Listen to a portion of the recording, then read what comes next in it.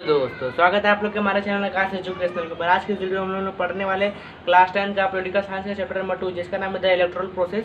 इस particular chapter का हम लोग लेक्चर नंबर 3 लेके आ गए। आप लोग थंबनेल देख के तो समझ गए होंगे। आज के वीडियो में हम लोग पढ़ने वाले erectile process of elections commission, मतलब इलेक्शंस का प्रोसेस किस प्रकार से होता है, किन किन बातों का ध्यान रखा जाता है, बाई इलेक्शन क्या होता है, मिड टाइम इलेक्शन क्या होता है, और अपना मिड टाइम इलेक्शन और जनरल इलेक्शन क्या होता है, journey of the EVM machines, और मतलब कितने कितने फेज में इलेक्शन को कंडक्ट करवाया जाता है, डीप नॉलेज लेंगे आज ही के वीडियो में। और एक चीज़ बता देना चाहता हूँ कि हमने इसका फंक्शंस ऑफ इलेक्शन कमीशन आप लोगों को पिछले लेक्चर में पढ़ा के रखा है।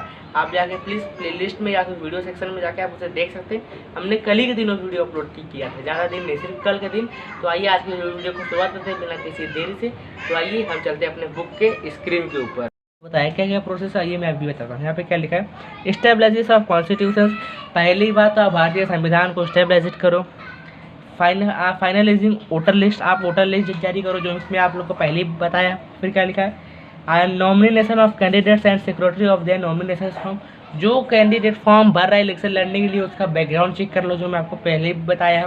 फिर इलेक्शन कैंपेन लगाओ, इसका मतलब आपको जहाँ इलेक्शन कंडक्ट करवाना है तो वहाँ पे आप अपनी ऑफिस बनाओगे कि लोग आके अपना वोट का उपयोग करें, उसके लिए इलेक्शन कैंपेन बनाओ। फिर एक्चुअल वोटिंग करो, मतलब उसमें जो वोटर लिस्ट आप निकाले रहोगे ना उसमें सिर्फ एक्चुअल लोग का ही नाम रहे।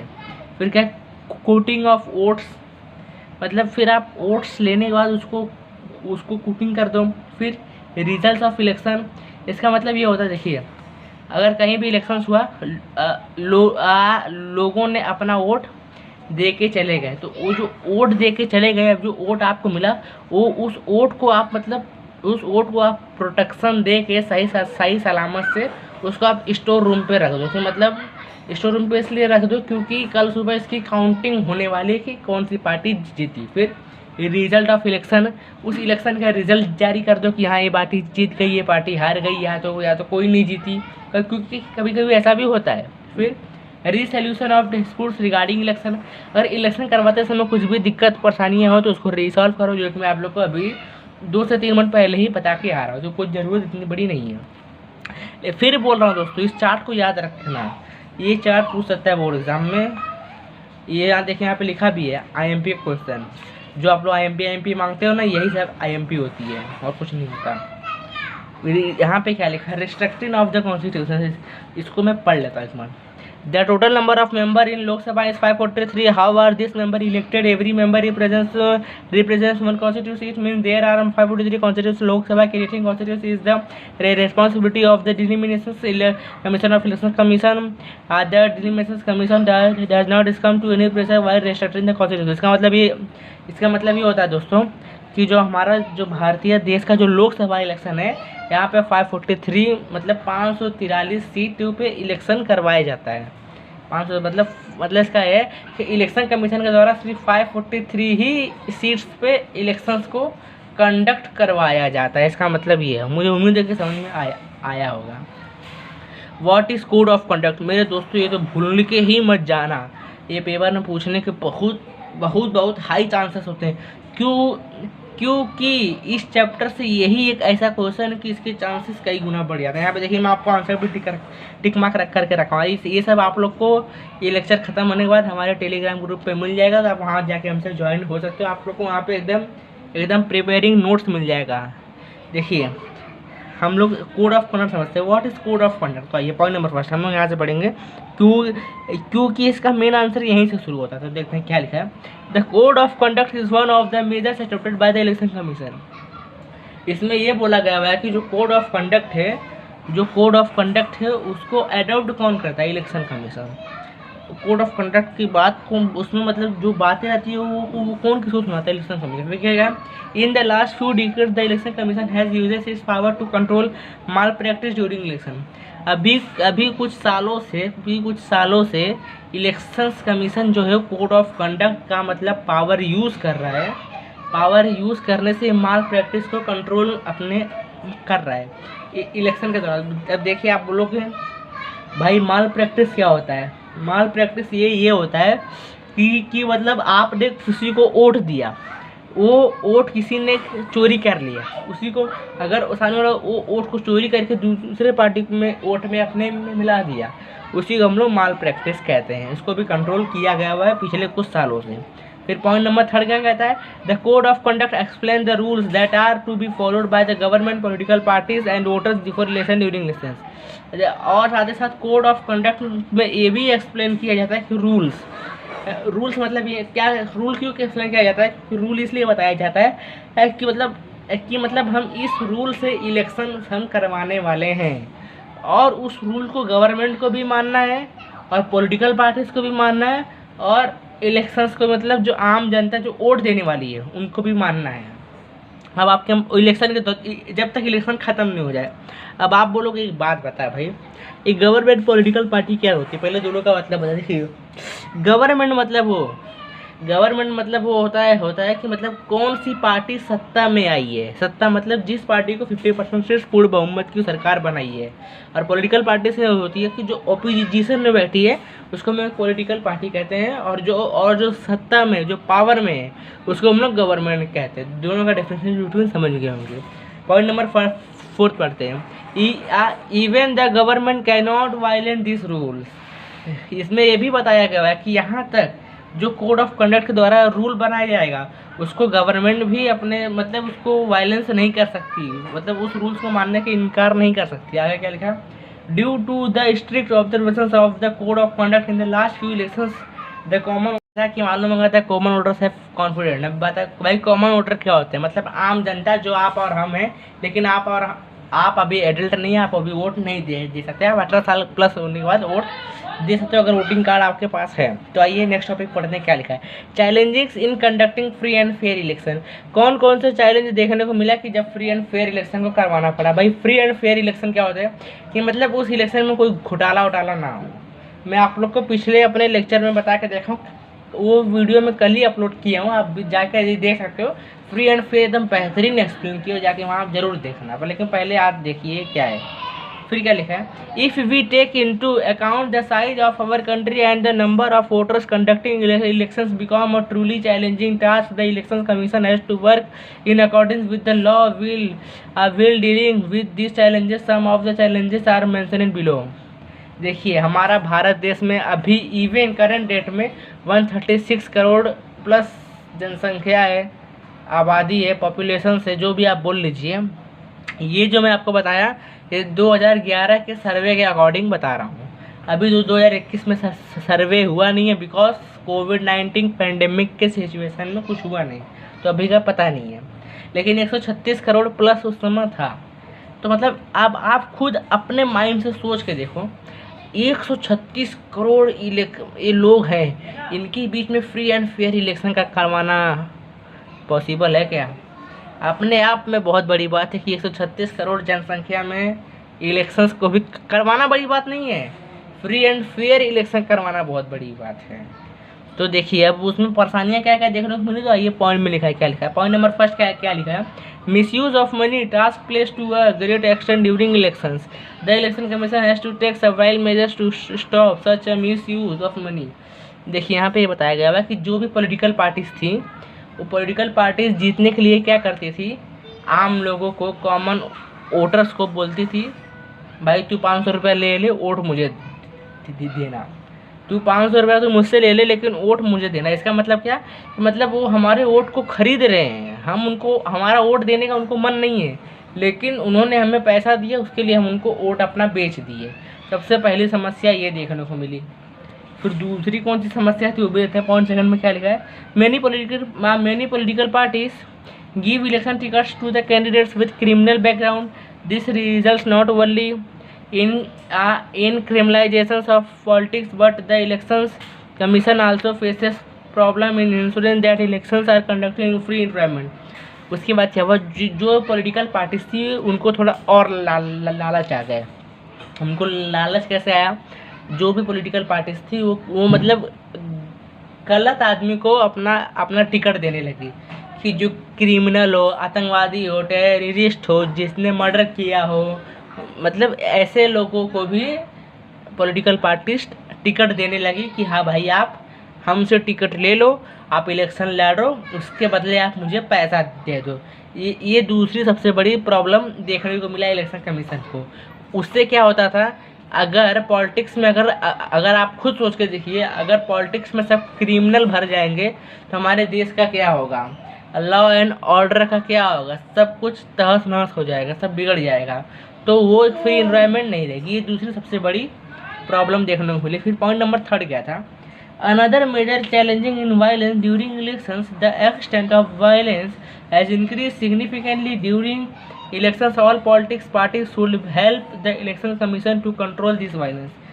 इसमें एक और मेजर चैलेंज दिखा कि इलेक्शन करवाते समय जो भी वायलेंस होता था, इलेक्शंस जब होते थे पहले के समय में, अब तो वायलेंस ही कहीं नहीं होता है, बहुत कम होता है। जब पहले इलेक्शंस होते थे ना, वहाँ पे वायलेंस होते थे, वो थोड़ा बहुत नहीं होता था, बहुत हाई लेवल इंक्रीज हो जाते थे इलेक्शन के दौरान। फिर वो जो पॉलिटिक्स पार्टियाँ थी ना, पॉलिटिकल पार्टियाँ, वो हेल्प करती थी इलेक्शन कमीशन को कंट्रोल करने के लिए। अब आप पूछोगे, एक सवाल पूछोगे, अच्छा एक बात बता भाई, तूने बोला कि ये मेजर चैलेंजेस थे, फिर बोल रहा है कि यहाँ पे सब लोग अपना वायलेंस इंक्रीज किए, फिर पॉलिटिकल पार्टीज मदद की। पता है इसमें कंसेप्ट क्या है, मुझे कुछ समझ में नहीं आया, ऊपर से निकल गया ना, बता रहा हूँ। इसमें यह था कि जो पॉलिटिकल पार्टीज जो हेल्प करती थी, वही पॉलिटिकल पार्टीज जो थी वो वायलेंस को भी इंक्रीज़ करती थी। वो वायलेंस को इंक्रीज़ करके अपना वोट ले लेती थी, उसके बाद उसको सॉल्व करती थी। अगर भाई आप वोट ले लिए तो आप तो पावर में आ गए, तब आप सॉल्व करके ही क्या करोगे, आप तो जीत गए ना ये इलेक्शन धोखे से। फिर पॉइंट नंबर 4 क्या कहता है, to retain a continue influence on politics leaders give election tickets to their own relatives, the practice creates a family monopoly in politics। और एक बड़ी समस्या देखी गई कि जो पॉलिटिकल पार्टी का लीडर थे, लीडर मतलब वो कि जो मतलब जिस व्यक्ति के हाथ में पूरी पॉलिटिक्स पार्टी हो, कि उसके बिना कोई पॉलिटिकल पार्टी नहीं चलने वाली हो, जिसको हम लोग अध्यक्ष कहते हैं हिंदी में। तो वो लोग क्या करने लगे, वो लोग क्या किए, जो पॉलिटिक्स पार्टी का मतलब जो पार्टी का जो टिकट रहता था, वो अपने फैमिली मेंबर को बांटने लगे। अब जैसे देखो कोई लीडर है, उसने अपना टिकट मतलब अपने पार्टी से टिकट अपने चाचा को दे दिया, अपने भाई को दे दिया, बहन को दे दिया, दीदी को दे दिया, ऐसे मतलब बहुत सारे रिश्तेदार रहते हैं, उनको अपना वो टिकट देने लगे। तो उससे क्या प्रॉब्लम होता है पता है, हमारे समाज में सब लोग फैमिली वाले तब भर जाते हैं। उन लोग कुछ बोलेंगे, मेरा भाई प्रधानमंत्री है, तो भाई आप लड़ने जाओगे क्या, नहीं ना। तो मतलब इससे क्या हुआ, मोनोपोली इन पॉलिटिक्स में छिड़ने लगा, जो कि ये कहीं ना कहीं ये डेमोक्रेसी जो कहीं ना कहीं ये डेमोक्रेसी नेशन के लिए सही नहीं है, बिल्कुल भी ये रॉन्ग डिसीजन होते हैं। ये भी एक समस्या हमें देखने को मिला था, लेकिन बहुत हद तक आज के डेट में इसका सलूशन भी है, तो दिक्कत लेने वाली बात नहीं है। ये थिंकिंग आप लोग को इतना इंपॉर्टेंट नहीं है, सब कुछ नहीं पूछता है। मतलब थिंक मतलब क्या, आप इसके बारे में अपना क्या विचार रखते हो, तो भाई पढ़ के अपना विचार रख देना। अब आइए इलेक्टोरल रिफॉर्म क्या होता है, पढ़ते हैं। Elections is a continuous process. The future of democracy depends on elections. Electoral process becomes reliable if elections process get improved. Some reforms are suggested below. What will be its effect according to you? इसमें ये बताया गया कि हमारे future में जितने भी elections मतलब हमारे फ्यूचर का जो डेमोक्रेसी पूरी तरीके से डिपेंड रहेगा इलेक्शन का। आप बोलो इलेक्शन पे, अब मान लो इनका ये कहने का मतलब कि जो 2035-40 में जो जिंदा रहेगा वो देखेगा 2040 में जो भी डेमोक्रेसी में गवर्नमेंट रहेगी वो पूरा इलेक्शंस के ही डिपेंडिंग रहेगी।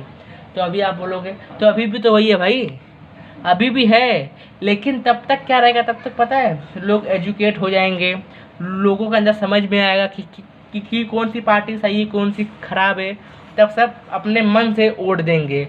उसमें क्या रहेगा जातिवाद खत्म हो जाएगा। क्योंकि देखिए आप बहुत जन को ऐसा देखोगे कि वो अपना ही तारीफ करने के चक्कर में रहते हैं, हम तो इन्हीं को वोट देंगे वोट।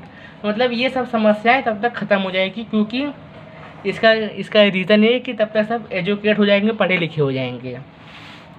पॉइंट नंबर 1, अब देखिए उसके भी 4 पॉइंट बताए हैं।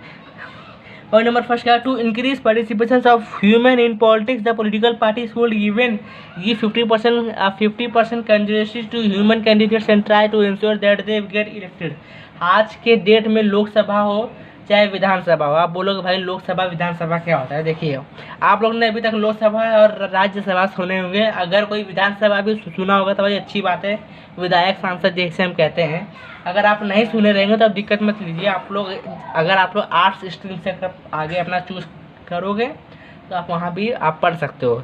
देखिए एक बात बता रहा हूँ आप लोग के लिए, हमने साइंस आर्ट्स कॉमर्स का वीडियो बना के अपलोड किया है कि आप इस स्ट्रीम के बाद क्या हो जाएगा अपॉर्चुनिटी, तो आप जाके उसे ज़रूर देखना। आपकी मन देखना नहीं तो मत देखना भाई। अगर आपका सब कुछ फिक्स है, अगर नहीं फिक्स है तो एक बार वीडियो सब जरूर देखना। तो आइए इसमें आइए हम लोग बैक टू द पॉइंट। इस पॉइंट में क्या बताया गया कि पॉलिटिक्स पार्टी में मतलब महिलाओं, जितनी महिला है वो महिला भी अब पॉलिटिक्स में एंट्री मार रही है। वो क्यों मार रही है, अगर वो पॉलिटिक्स में एंट्री मारेगी तो महिला की बात सुनेगी, महिला के ऊपर जितनी भी परेशानियाँ रहेगी उनका हल निकालने की कोशिश करेगी। ये फ्यूचर में बहुत गुड अपॉर्चुनिटी रहेगा एक डेमोक्रेसी नेशन के लिए, मेरे हिसाब से तो भाई बेस्ट है। पॉइंट नंबर सेकंड पढ़ते हैं। और हाँ आप लोग का जो ओपिनियन रहेगा वो मुझे कमेंट बॉक्स में करके जरूर बताना, मुझे खुशी होगी। पॉइंट नंबर सेकंड क्या है, political parties should not give candidates to candidates having criminal background. They should strict follow the decisions given by a court in this respect.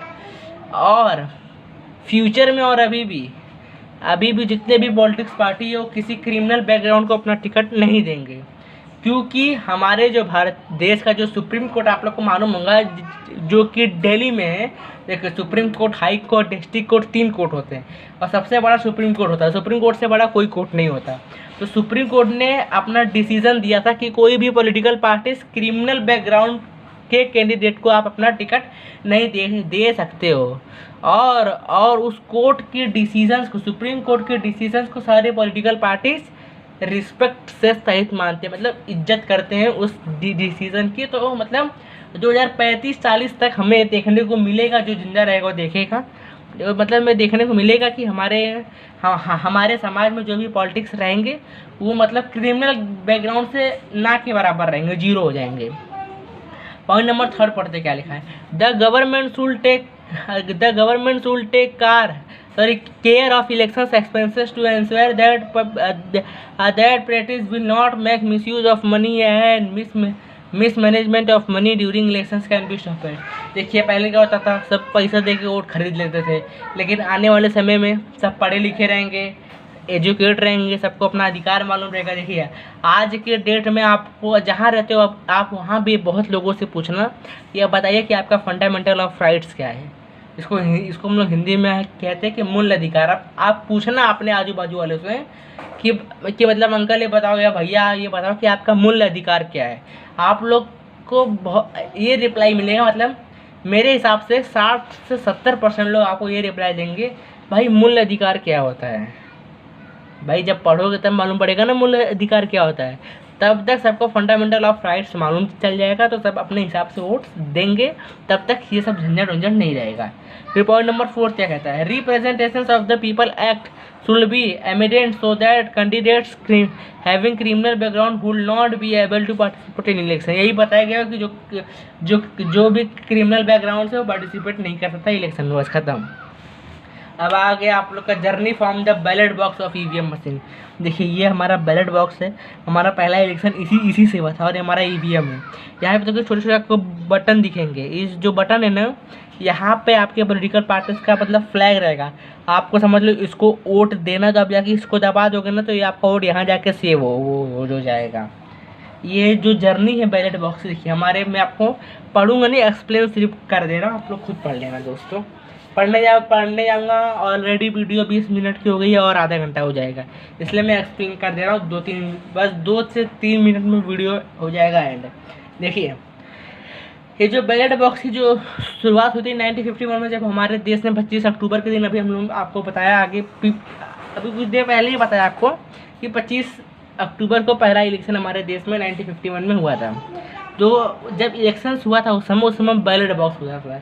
देखिए बैलेट बॉक्स कैसा होता था, आपको एक पर्चा दिया जाता था, जैसे हम लोग बचपन में खेलते थे ना, चोर राजा पुलिस रानी वाला, तो वैसे ही पर्चा रहता था। उस पर्चे पे मतलब पॉलिटिकल पार्टीज के चुनाव चिन्ह रहते थे, उनके नाम लिखे रहते थे। अगर यही उसमें रहता था, अगर आप वोट देने गए तो आपको जिसको वोट देना है, तो आप लोग मालूम स्टैम्प होता है, स्टैम्प मतलब स्टैम्प में स्याही लगा के जिसको होता है ना, मालूम होगा मुझे उम्मीद है। तो आपको किसी को भी वोट देना है, आप जाओ उस पॉलिटिकल पार्टीज के ऊपर ही अपना स्टैम्प मार के चले आओ। आप स्टैम्प मार के चले आए तो आपका वोट उस पार्टी के पास चला गया। लेकिन उसकी समस्या क्या थी, अगर मान लो सपोज ये सब वोट आप दे के चले गए, ये सब जो बॉक्स से भर के पूरे गाड़ी में भर के सब ले जा रहे हैं, मतलब स्टोर रूम में कि वहाँ पर सब काउंटिंग करेंगे कि कौन जीता।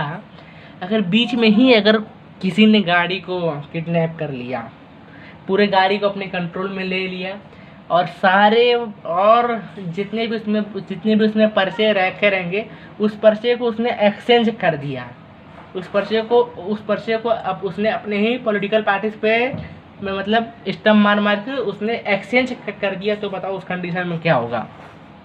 उस कंडीशन में ये होगा कि वो पॉलिटिकल पार्टी जीत जाएगी। इसके लिए कहीं ना कहीं अब बैलेट बॉक्स जो था, ये जो कहीं ना कहीं जो बैलेट बॉक्स था, ये फ्री एंड फेयर इलेक्शन का सबसे बड़ा प्रॉब्लम यही था।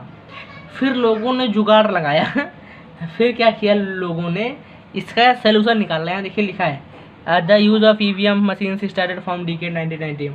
ईवीएम मशीन्स का हमारे इंडिया भारत देश में 1990 में पहली बार यूज़ किया गया कि इसका टेस्टिंग किया जाए कि इलेक्शन कैसे होता है। और ये जो ईवीएम मशीन जिसे हम कहते हैं, ये एकदम सक्सेसफुल निकला। इस इलेक्शन में फ्री एंड फेयर इलेक्शन हुआ। क्योंकि देखिए यहाँ पे आप किसी को भी अगर वोट दबाओगे तो यहाँ पे अगर आप किसी को एक बार दबाए तो ये वोट इसमें जाके सेव हो जाएगा। अब जो ये रहेगा ना, इसको क्या करेंगे, बड़े बड़े बॉक्स में सब भर के गाड़ी के द्वारा स्टोर रूम भेजवा देंगे। वहाँ से फिर अगले दिन काउंटिंग करेंगे कि कौन जीता कौन हारा। इसमें वही मेनली होता है। अरे दोस्तों आधा घंटा का वीडियो हो गया। अरे आइए बस 2 से 3 मिनट, यही पूरा ईवीएम मशीन का कहानी और कुछ भी नहीं। आइए बस ये चीज़ ऑब्जेक्टिव समझ लीजिए। बस देखिए जनरल इलेक्शन क्या होता है, लोकसभा या राज्यसभा का होता है, जो कि 5-5 साल पे आप लोग को देखने को मिलता है। मिड टाइम इलेक्शन क्या होता है, जैसे इसको थोड़ा आप लोग को डिटेल बताना पड़ेगा। मिड टाइम इलेक्शन ये होता है, मान लीजिए कोई भी पॉलिटिकल पार्टी है, जैसा कि हमारे इंडियन कॉन्स्टिट्यूशन में लिखा है कि आपको अपनी सरकार चलाने के लिए 50% प्लस वोट चाहिए। अगर आपके पास 50% प्लस वोट नहीं है तो आप अपनी गवर्नमेंट नहीं चला पाएंगे। तो इसमें भी सेम कंडीशन यही हुआ। तो मतलब इसमें क्या हुआ, दो पॉलिटिकल पार्टीज कोलिशन करके, अब बोलोगे कोलिशन मतलब क्या होता है, कोलिशन मतलब ये होता है कि गठबंधन करके दो पॉलिटिकल पार्टीज अपने वोट को मतलब एक में कंबाइन करके 50% लेके आई और वो पावर में आ गई। लेकिन कुछ समय के बाद वो दोनों पॉलिटिकल पार्टीज में कुछ झगड़ा हुआ, उन लोग का नहीं जमा। तो वो क्या किए, वो जो पॉलिटिकल पार्टीज थी उसने मतलब जो कोलिशन जो गठबंधन किए थे उसको विदड्रॉ कर लिया। लिखा है गवर्नमेंट विदड्रॉ, आप लोग पढ़ लेना, मैं पढ़ाई हुआ इसमें जो लिखा है वही आपको बता रहा हूँ। उसने क्या किया, अपनी पार्टी का जो वोट था उसको विदड्रॉ कर लिया, मतलब अपना सपोर्ट उसने पीछे कर लिया। तो इससे क्या हुआ 50% वोट था नहीं, तो मतलब इससे क्या हुआ 50% वोट था नहीं, तो सरकार गई गिर। तो वहाँ पे इलेक्शन करवाना पड़ेगा। तो हम लोग उस इलेक्शन को क्या कहते हैं, मिड टाइम इलेक्शंस कहते हैं। उसी इलेक्शन को यहाँ लिखिए है there are called mid time election, उसी को हम लोग मिड टाइम इलेक्शंस कहते हैं। अब देखिए बाई इलेक्शन क्या होता है, इसको पढ़ लेता हूँ क्या लिखा है। If an elected representative Lok Sabha Vidhan Sabha और लोकल सेल्फ गवर्नमेंट आ जाएगा, ठीक है। देखो इसमें भी ये बोला गया है चाहे वो लोकसभा हो चाहे विधानसभा। आप बोलोगे भाई विधानसभा क्या होता है, अब विधानसभा आप लोग हो सके तो 9th में शायद पढ़ रहे होंगे, नहीं तो आगे चल के आपको मालूम पड़ जाएगा। अभी आप लोग सिर्फ मेन टॉपिक पर ध्यान दीजिए। लोकसभा विधानसभा का देखिए, विधानसभा को हम लोग विधायक बोलते हैं। विधानसभा ये की मतलब जो भी इलेक्शन राज्य लेवल पे होता है उसको हम लोग विधानसभा कहते हैं, और जो सेंट्रल पे होता है उसको हम लोग लोकसभा कहते हैं। तो चाहे लोकसभा या विधानसभा, मतलब जिस कैंडिडेट जिस सीट पे इलेक्शन हुआ है, अगर मान लो बाई चांस सामने वाला मर गया, उसकी डेथ हो गई किसी भी कारण से, या नेचुरल डेथ हुई या मैनमेड डेथ हो गई, अगर सामने वाला मर गया तो उसकी जो सीट रहेगी वो तो खाली हो जाएगी। वही वहाँ पे कोई और कैंडिडेट बैठना चाहिए कि नहीं, बैठना चाहिए ना। तो उस कैंडिडेट को वहाँ बैठाने के ही लिए बाई इलेक्शन होता है। अब सपोज देखिए लोकसभा का बता रहा हूँ, लोकसभा का इलेक्शन पूरे इंडिया में होता है। पूरे इंडिया में इलेक्शन हुआ, सपोज मान लो एक सिक्किम नाम का स्टेट है, वहाँ पे एक सांसद थे जिसको जो कि मतलब लोकसभा में बैठते हैं। अगर वो सांसद मर गए बाई चांस बेचारे कभी भी, तो वो सीट तो खाली हो गई। तो वहाँ पे इलेक्शन कमीशन क्या करेगा, उस सिक्किम में जाएगा, वहाँ पे बाई इलेक्शन करवाएगा। ये ना कि पूरे देश में, उसी को हम लोग बाई इलेक्शंस कहते हैं। मुझे उम्मीद है कि आप लोग को पूरा टॉपिक समझ में आया होगा, मैं आप लोग को समझाने की कोशिश किया हूँ। मुझे उम्मीद है कि आप लोग को प्रोसेस ऑफ इलेक्शन कमीशन समझ में आया होगा, जर्नी ऑफ ईवीएम मशीन समझ में आया होगा, जर्नी ऑफ ईवीएम मशीन समझ में आया होगा, और साथ ही साथ आप लोग को by election, mid time election, process, general election, ये सब भी समझ में आया होगा। तो देखिए ये चीज़ बता देना चाहता हूँ, अगर आप लोग में अगर ऐसा कोई स्टूडेंट है जो आगे चल के उसका फ्यूचर का प्लानिंग है कि मुझे यूपीएससी एग्ज़ाम क्रैक करना है, या तो किसी भी स्टेट का पीसीएस एग्ज़ाम क्रैक करना है, या तुम मुझे फॉर एग्जांपल आईएएस की तैयारी करना है, आईपीएस की तैयारी करना है, तो उस सब के लिए पॉलिटिकल साइंस बहुत गुड अपॉर्चुनिटी रहेगी। और उसमें से भी जो हम लोग पढ़े, process of election commission, mid time election, by elections और जनरल इलेक्शंस, और हम लोगों ने कल के वीडियो में देखा था देखे थे फंक्शंस ऑफ इलेक्शन कमीशन, वो सब टॉपिक याद रखना। यहीं से क्वेश्चन पूछते हैं यूपीएससी क्रैक करना बहुत बड़ी बात नहीं है, लेकिन हाँ यूपीएससी एग्ज़ाम के लिए आपकी स्ट्रेटजी बहुत बड़ी बात होती है। खैर हम लोग यूपीएससी की यहाँ बात नहीं कर रहे हैं, हम बता रहे हैं कि आप लोग को अगर ये सब बेस मजबूत रहेगा तो यूपीएससी एग्ज़ाम आपका वन शॉट में निकल जाएगा। लेकिन अगर आप लोग को आज के लेक्चर से, आज के जो हमारा टॉपिक था process of election commission, journey of EVM machine, by election, mid time elections और अपना जनरल इलेक्शन से सब में से अगर कुछ भी डाउट हो, या तो कमेंट बॉक्स में लिख के पूछ लेना, या तो हमारे डिस्क्रिप्शन में इंस्टाग्राम और टेलीग्राम चैनल का लिंक है, वहाँ पर जाकर पूछ सकते हो। मिलेंगे नेक्स्ट वीडियो में, तब तक के लिए दोस्तों जय हिंद।